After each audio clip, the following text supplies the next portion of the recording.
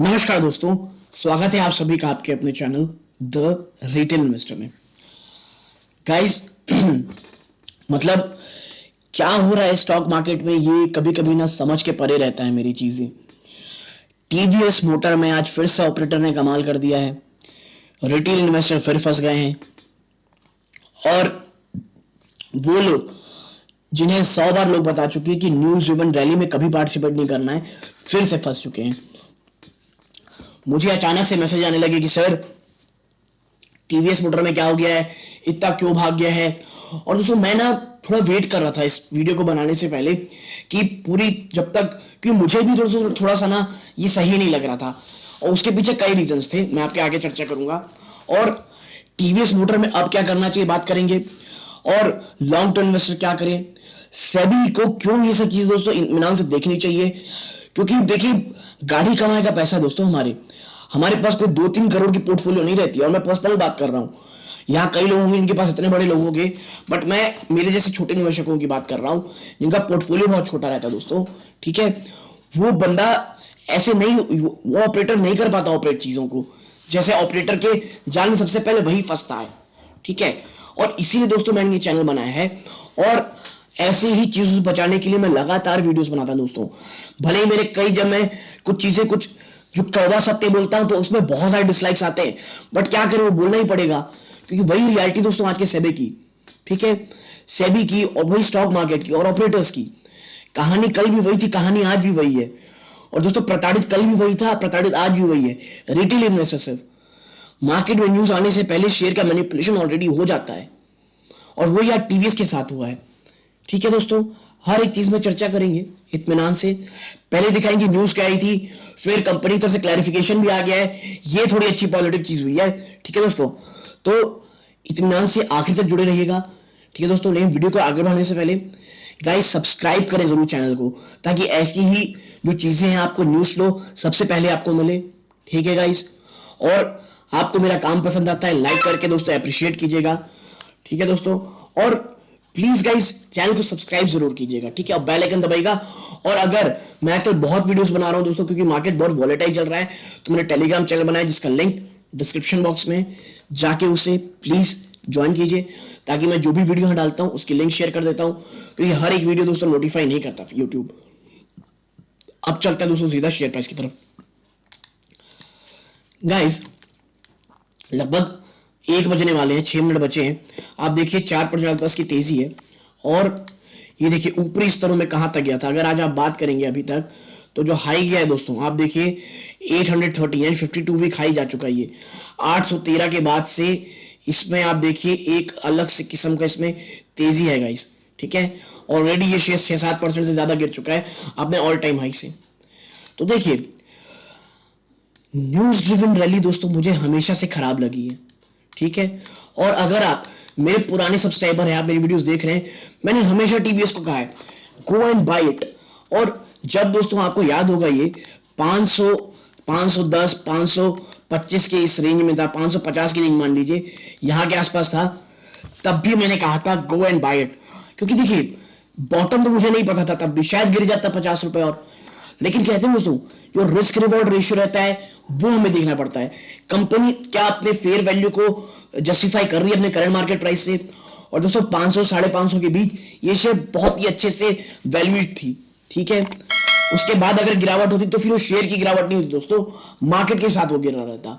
ठीक है, तो उसके बाद क्या हुआ, जो लोग खरीदे वहां से, तब लोग तो डर रहे थे दोस्तों, अरे सर गिर जाएगा। मैं बोला देखिए we don't know anything bottom, हाँ बट हमें टेक्निकली ये पता रहता है कहां से बाउंस बैक थोड़ा कर सकता है। और दोस्तों मैं ट्रेड कभी नहीं करता हूं, मैं आपको फ्रैंकली बताऊं, मैं एक्यूमुलेट करके ना पोजिशनल ट्रेड लेता हूं कम से कम 6 महीने की, या तो मैं इन्वेस्टमेंट करता हूं।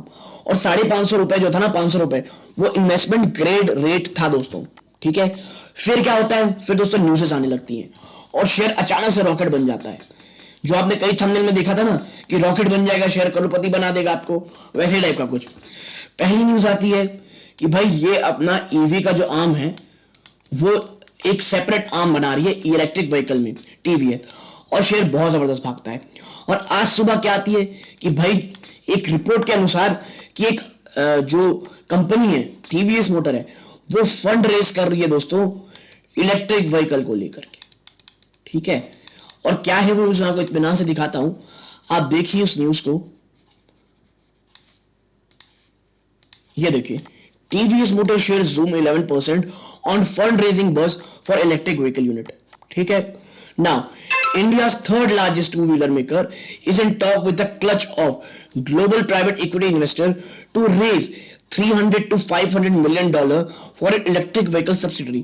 अब दोस्तों जब ऐसी न्यूज आती है ना न्यूज फ्लो में, तो शेयर फिर कोई भी अपनी सेंटीमेंट देखता है कि और भागने लगता है, और यही कारण है कि शेयर में 11% की जूम आई, ठीक है। और द कंपनी, और इससे भी ज्यादा इंपॉर्टेंट जो न्यूज थी ना दोस्तों वो ये थी, दैट कंपनी में value its electric vehicle subsidiary at 3.5 to 4 billion dollar, quoting 3% of the matter, ठीक है। और TVS seeking to raise the fund from pure financial investors with no plans to on board strategic investor, ठीक है दोस्तों। तो ये है दोस्तों चीजें, प्रॉब्लम, ठीक है। शेयर जूम हो गया, फिर अचानक सुपर स्तरों में गिरावट आने लगी, और जब इतना जूम होता है ना दोस्तों, तो कंपनी को क्लैरिफिकेशन देना जरूरी रहता है, क्योंकि भाई सेबी की गाइडलाइंस है कि अगर ऐसा कुछ है तो आपको तुरंत जाके बोलना था ये बात को। अब क्या हुआ भाई कि अब क्लैरिफिकेशन आ रहा है कंपनी की तरफ से। क्या है वो क्लैरिफिकेशन, आप देखिए ना।